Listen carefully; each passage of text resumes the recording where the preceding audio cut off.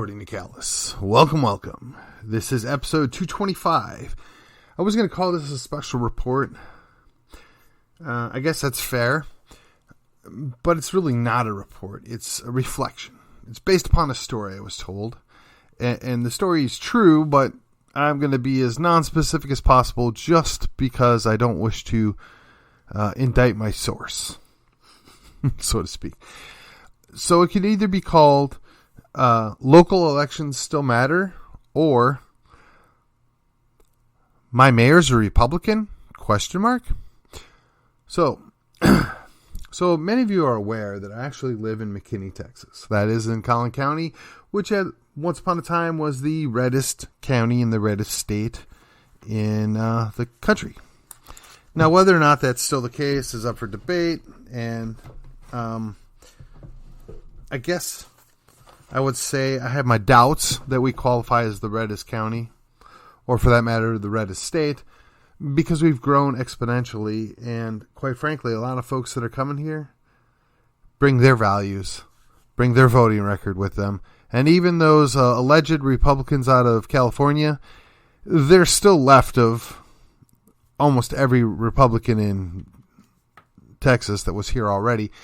And I'm going to just give a free pass to all those young Republicans or the young conservatives or the children, if you will, that have just become adults because their parents deposited them in the government indoctrination camp, also known as public schools, for 12 to 16 years, and they have not yet been deprogrammed on understanding what is what. So, now my city is over 200,000 people. I don't know if that number is 210 or 220 at this point. It doesn't really matter. What does matter is that Collin County is over 1 million people, and we have 20% of that in my city, approximately. And my city has grown specifically west and northwest. There is some build out that's gone to the southwest along 121. And there have been some things that have been kind of sort of nice in there. But otherwise, most of the growth used to be homes. Now it's multifamily homes. There's just not a lot of what I would call businesses or offices that have come into McKinney. Now, we can go back 20 years, and I can assure you that a lot of that was because McKinney wanted to be a bedroom community. McKinney didn't want the rapid, crazy growth. They didn't want apartments everywhere. They didn't even necessarily want all the businesses. Now, that changed at least 10 years ago. So it predates the current mayor. Let's just be clear. The current mayor took what he was given and built upon it, but he didn't start the ball rolling. So the city of McKinney decided that they wanted to hang with the big boys and they wanted to grow, and, how can we do this?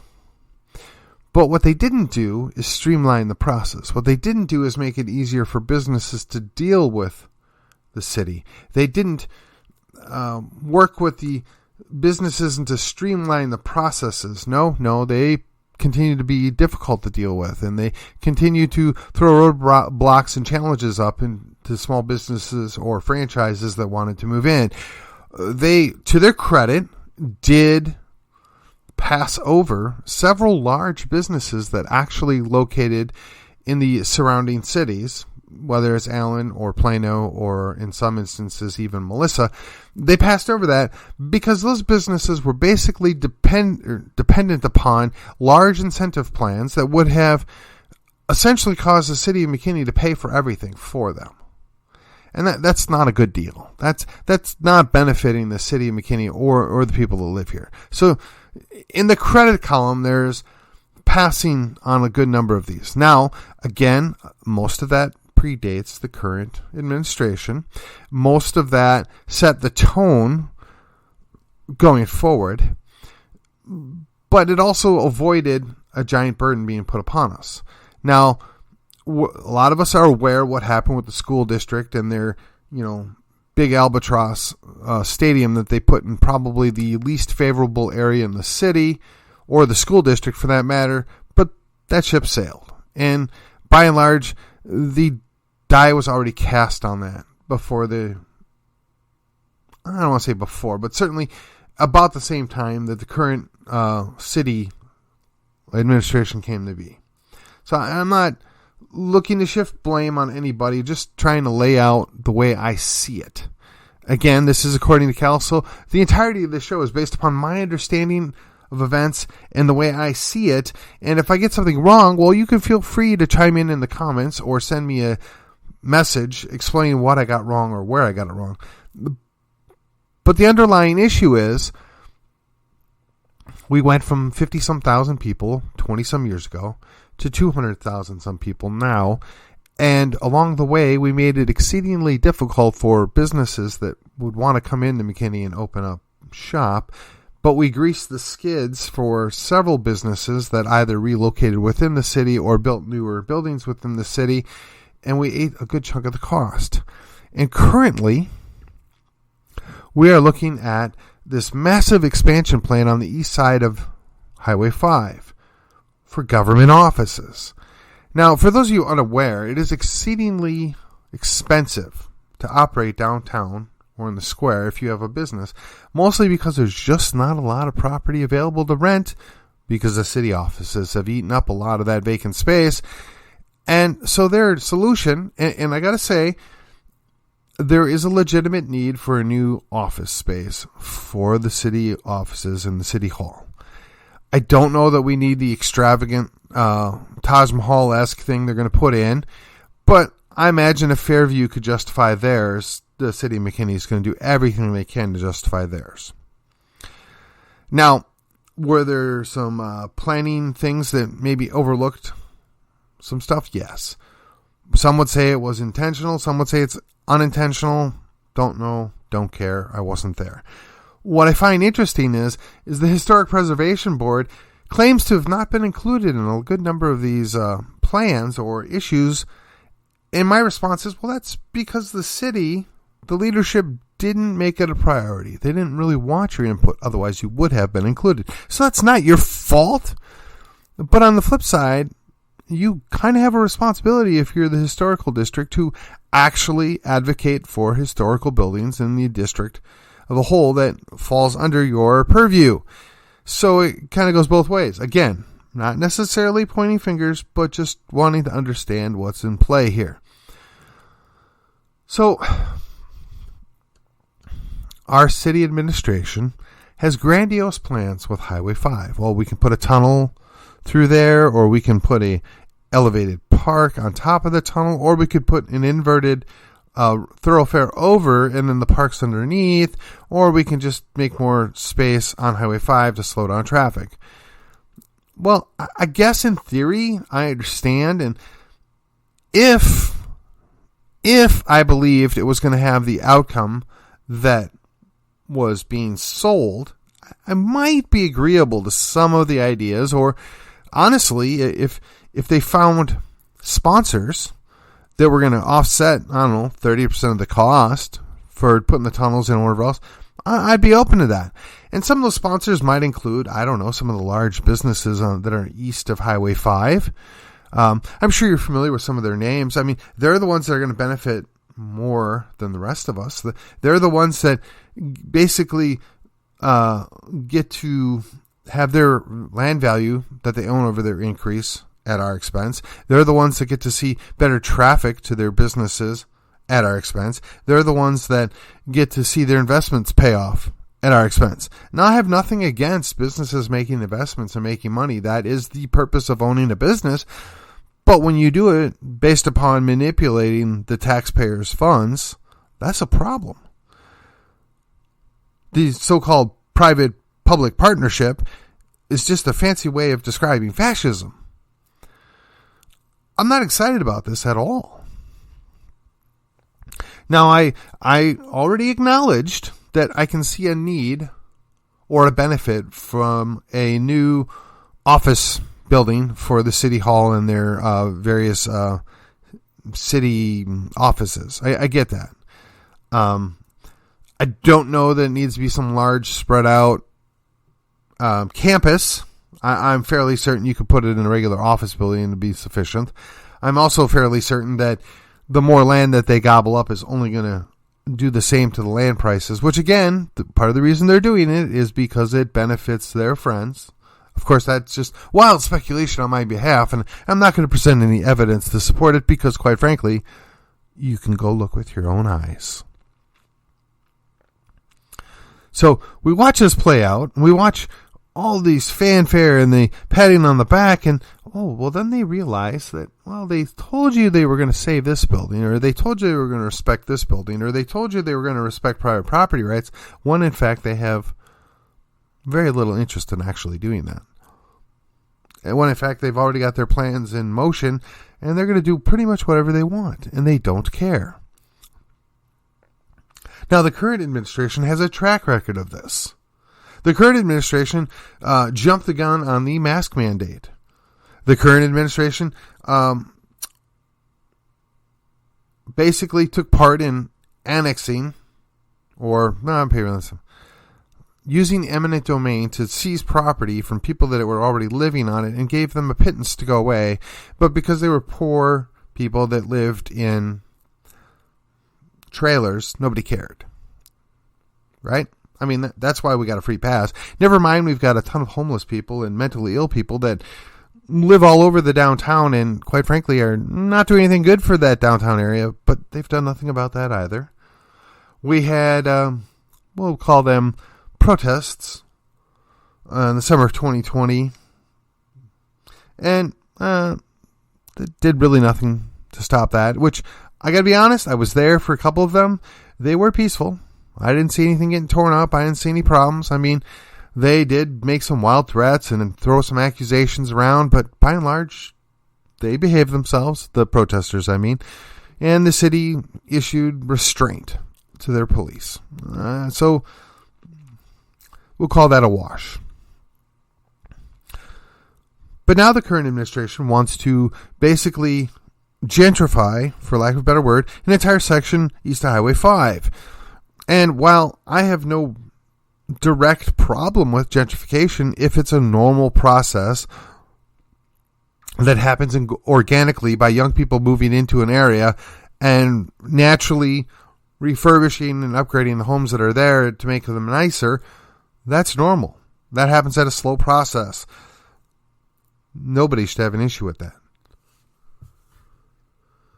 However, when the city comes in, using government money, government control, and hammers down on what they're going to do, they are in effect disrupting and disturbing the market. In fact, they're creating a run, if you will, a lack of land, a lack of homes. They're creating shortages that wouldn't naturally occur. Now, again, a lot of their friends are going to benefit, so they don't really care. In fact, the city will benefit, on paper at least, but at what cost? What are the long-term costs going to be to this? I don't know.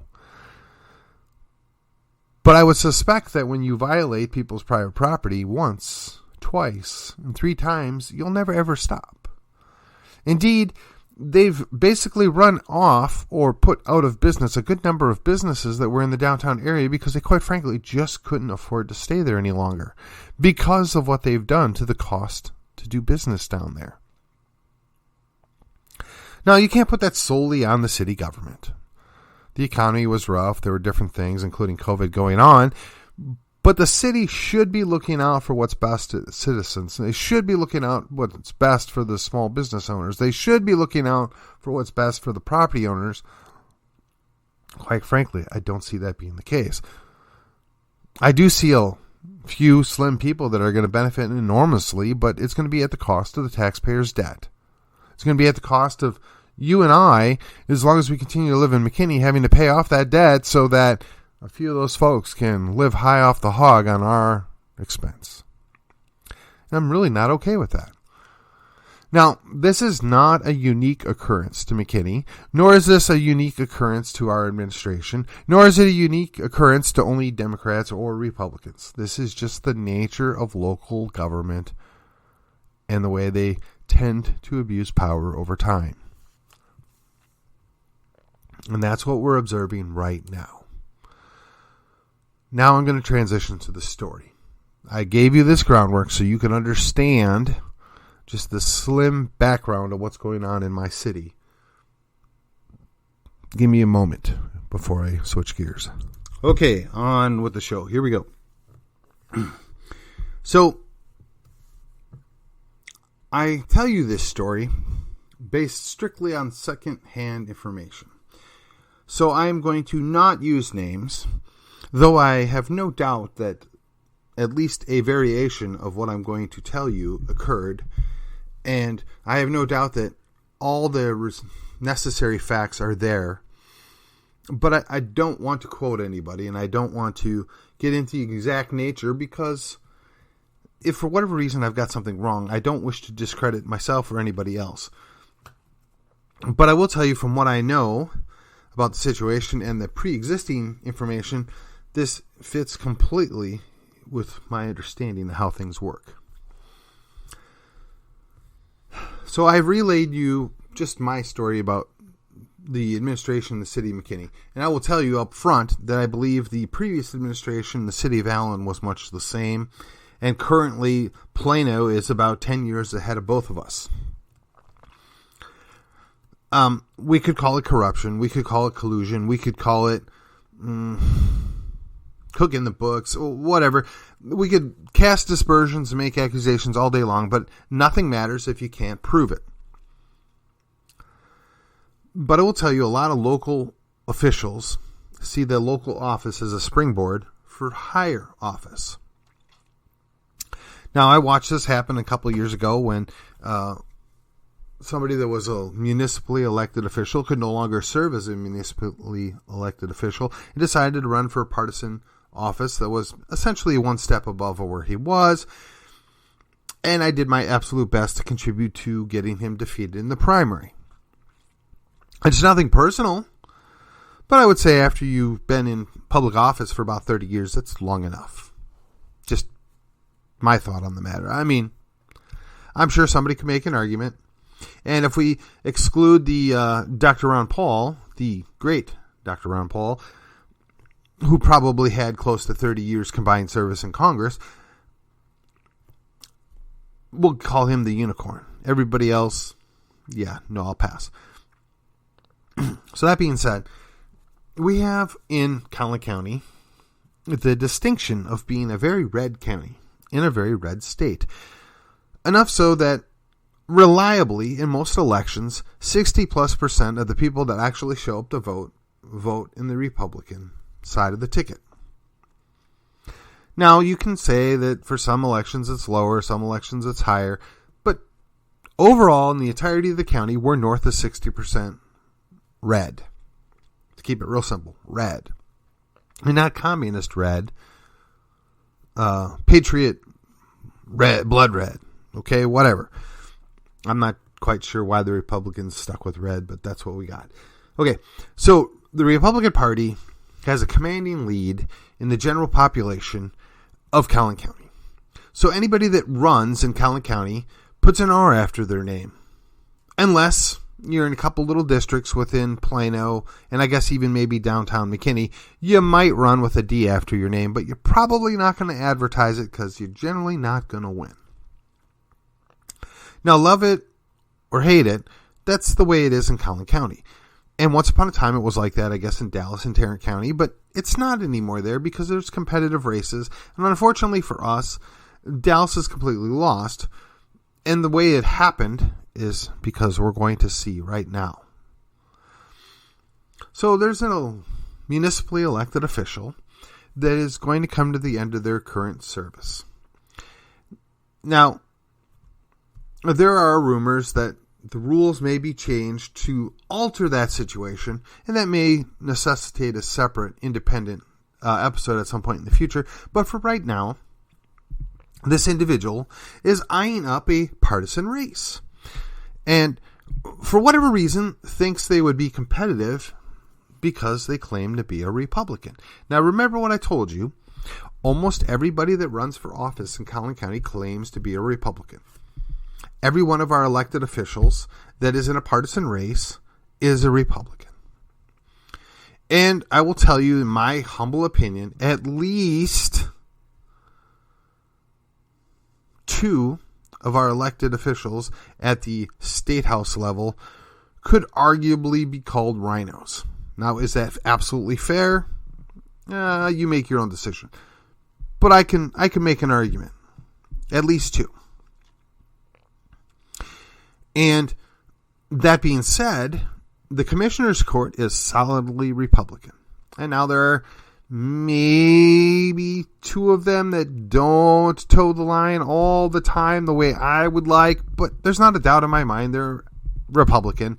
And maybe only one of them would be squishy enough that you might want to use the epithet rhino. And I don't think that would be fair, but I would suspect that some might use it. I think we're very solid at that level. And a state senator, we're solid. Okay? And the Congress, we're in good shape. We'll just put it that way. We have our former county judge that's going to be our next congressman. And I'm quite confident he's going to do a great job. And, the primary's over. He won. There's no way in God's green earth the Democrat wins that seat.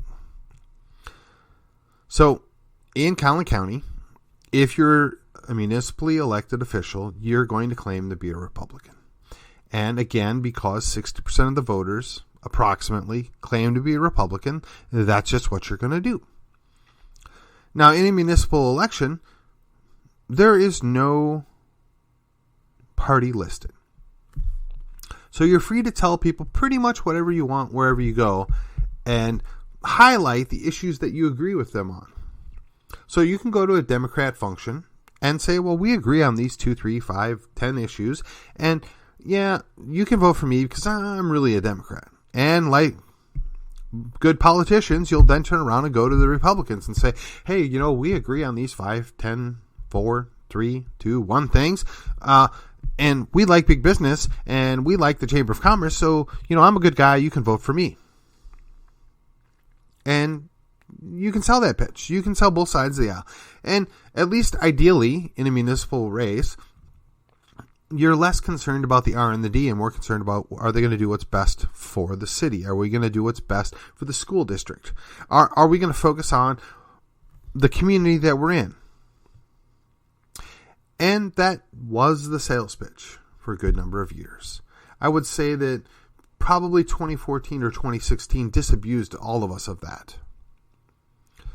You have these people that call themselves Republicans that are in the municipal office that viciously attack the president that's allegedly of their same party. Now, look, I get it. There are a lot of people that were not big fans of Trump, and there was a lot of people that were crazy excited for Donald Trump. I was neither. But I get it. But if you claim to be a Republican, rule number 11 is you don't attack other Republicans. The 11th commandment, if you will. Particularly if you are fancying yourself as to be a viable candidate for a higher level office, which most people that run for municipal offices have that as their goal. And again, I don't fault them for that. It's a good way to go. It's called building a bench. I get it. Everybody's on board. But here comes the fun part. This is the part that is most enlightening to me personally. So, said municipal official apparently has been able to run around convincing other people that are not from the area that, well, they are in fact good Republicans. Some of these people are quite wealthy and donate money.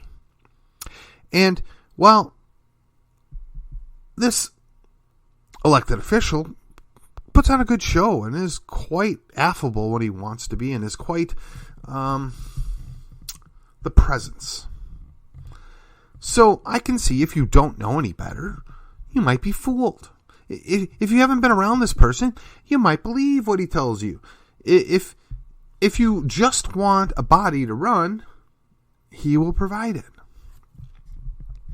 Now, you can call me cynical, but that also could be called opportunistic. Just saying.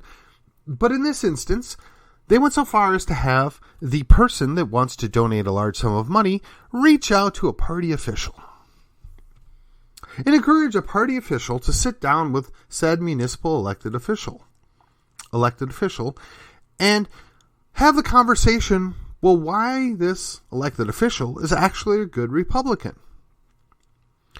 Now, this is somebody that apparently wants to donate some money to said municipal elected official, but wants to make sure that, first of all, the party's not going to impose them and their chosen candidate they want to give money to, and secondarily, that they're willing to accept the idea that, well, I'm willing to give you lots of money if you'll just pretend this guy is a Republican in good standing.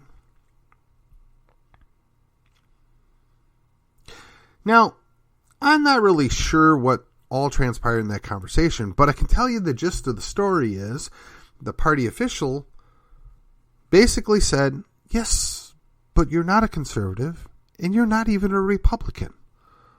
Why would you want we know why. Why would you expect me or the party to endorse you? That's the better question. See, there's this expectation that if you get into office, that the party works for you. If you get into office, that the precinct chairs and the general public work for you. But in fact, that's not how it works. And by and large, the Republican Party agrees that, no, that's not how it works.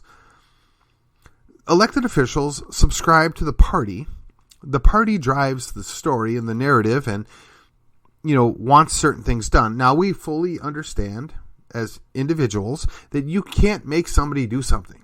You cannot force somebody to do something without using force or duress, putting them under duress, and then they'll do it. But if somebody is free to make their own decision, you can't make them change. You can educate them. You can incentivize them. All that's well and good. So the long story short here is, it sounds as if said municipal elected official has their eyes set on a political office that would require buy-in from the partisans, which would be you and I as Republicans. We need to understand that, well, he's really secretly a good Republican, and he's just doing what he needs to do to go along, to get along, or whatever the story is. But once they run for office, they're going to really be one of us. They're going to really stand for what we stand for, that they're really good conservative Republicans. In fact, they went so far as to get somebody that was going to donate large sums of money to them to try and convince a party official that this is the case. Now, I don't know about you, but I sit back and I hear this story and I think to myself, boy, that reeks of desperation. That reeks of, well, somebody thinking they have a very high opinion of themselves and that everybody else ought to believe it. It stinks of grift. It stinks of abuse of power. Now, fortunately, the party official had the wherewithal, the stones, to just tell him the truth. You're not a Republican. And truth be told, had I been in the room, don't even think I would have sat down for that conversation. Now, as a party official, you're kind of required to, and if I would have been a party official, I would have sat down, but I don't know if I would have been able to stomach it. I'm familiar with this person. I'm familiar with the, actually, two of the three individuals that were allegedly in this meeting.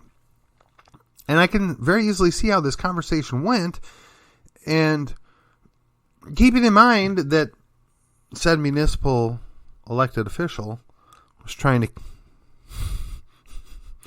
tell a story that the other guy wasn't buying. Trying to sell something that he wasn't interested in. Now, those of you that live in Collin County probably have a very good idea who I'm referring to. And I'm not trying to hide it, but I'm just not going to make it that easy. So that's going to be the story for today. And like I said, I don't know if what I want to title it other than Local Elections Matter.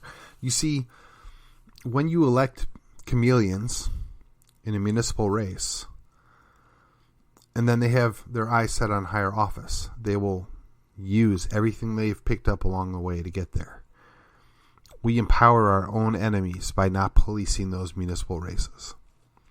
You can't stay asleep because some nice lady's running for school board and she goes to that Baptist church and she's got to be all right. No, you need to pay closer attention.